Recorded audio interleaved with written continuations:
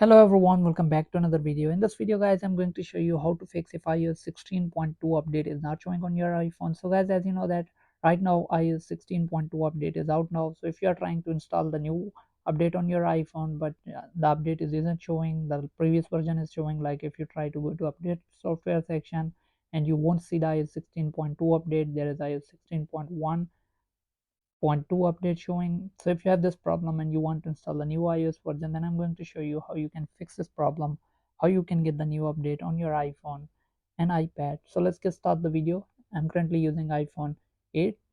So now let me show you how you can do it. So first of all, go to your iPhone settings,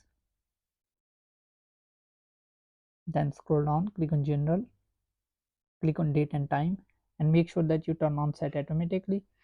So once you have done this, then go to VPN and device management, and if you see any beta profile here, click on it, click on remove, enter your iPhone passcode, then click on remove. So once it's done, go back. Now what you're gonna do is you need to restart your iPhone once. So you can press volume up and power button, and you will get this power off button. Then turn on your iPhone again.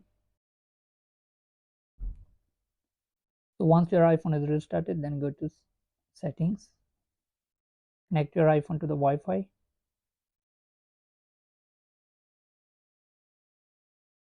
then click on general, go to software update section, and you will get the new update. As you can see, here is iOS 16.2.